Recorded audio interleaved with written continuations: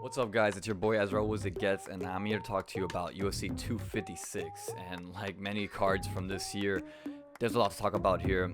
Starting off, of course, the main event, which was an all-time war from two guys that are essentially bringing back the flyweight division in a big way. Of course, the co-main event as well was amazing. Some say it's an upset, but honestly, no surprise that Oliveira really dominated Ferguson in the ground. And even the ladies themselves bringing a crazy fight out. Almost took fight of the night if it wasn't for the main event with Dern and Verna. You gotta give it up to Dos Santos and Cyril Gane. I mean, Cyril Gane is a beast of a man and someone that I really look forward to keep seeing in the heavyweight division. But what I really want to talk about today is none other than Kevin Holland. Yes, this is the man with the two nicknames, the Trailblazer or Big Mouth. That's right, Big Mouth given to him by Dana White just because of how much this guy talks during his fights. That next generation of just really fun fighters and potential superstars, and that we have Kevin Holland. I mean, this guy comes in with an amazing story to his legacy. Just the fact of how he got into UFC is pretty crazy. To catch you up, essentially he goes and competes in the Contender Series, does a great fight, wins, and just doesn't shut up the entire time. Even though he wins his fight, Dana doesn't give him a contract. And he was a talented guy and he won his fight, but he wouldn't shut up. The entire fight he was talking to me. So, loses a shot at getting to UFC. Then comes this fight with Thiago Santos. His opponent has to drop out. And guess who they call?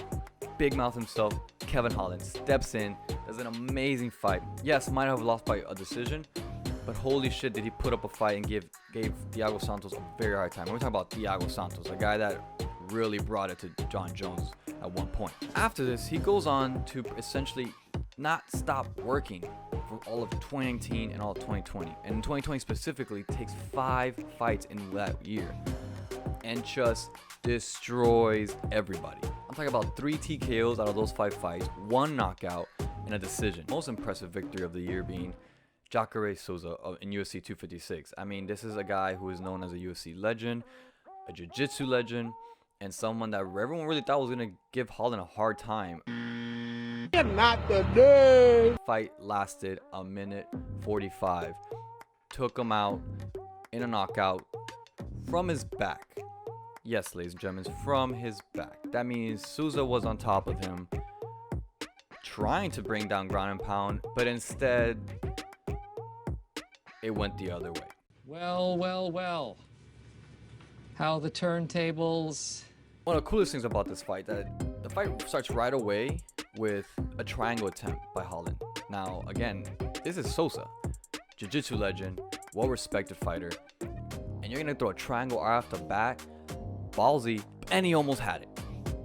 Then he goes on to throw the hardest elbows I've seen in a while, to the point where Jacare just had to let go of a potential takedown he had at one point up against the fence. To top it all off, had him in a pretty deep guillotine as well. Willing to fight him in all aspects of MMA, which just goes to show you the potential Holland has in his career. But aside from his resume in MMA, what really excites me about Holland is just this is the type of guy that really can bring all kinds of fans to the sport. And that's what really excites me about this guy. His high energy, his unorthodox techniques. I mean, it just keeps the sport very exciting. Really makes for great matchups down the road. I mean, he's already called out Izzy in his last fight before Souza. So, I mean, the sky's the limit here. And that's what's so fun, because we see the caliber of fighters that's coming up in the UFC, and it just goes to show you that this sport is very far from ever going away, and it's only going to get bigger and better. And I just cannot wait to see what else Holland has to bring and who's his next matchup. I really hope you guys will comment down below on who he should fight next. The division is wide open for him, and I don't even know. I have to really sit back and think, like, I mean, do you just give this guy a top 5? Do you just throw him to the wolves and see if he really is who he says he is? Or was these all just flukes? But again, 5 flukes in 1 year, not really a common thing in this sport. He seems to really be on a tear. His turnaround time for between fights is quite impressive. No sign of stopping. He wants to come right back, apparently. So, again, keep an eye out for Kevin Holland.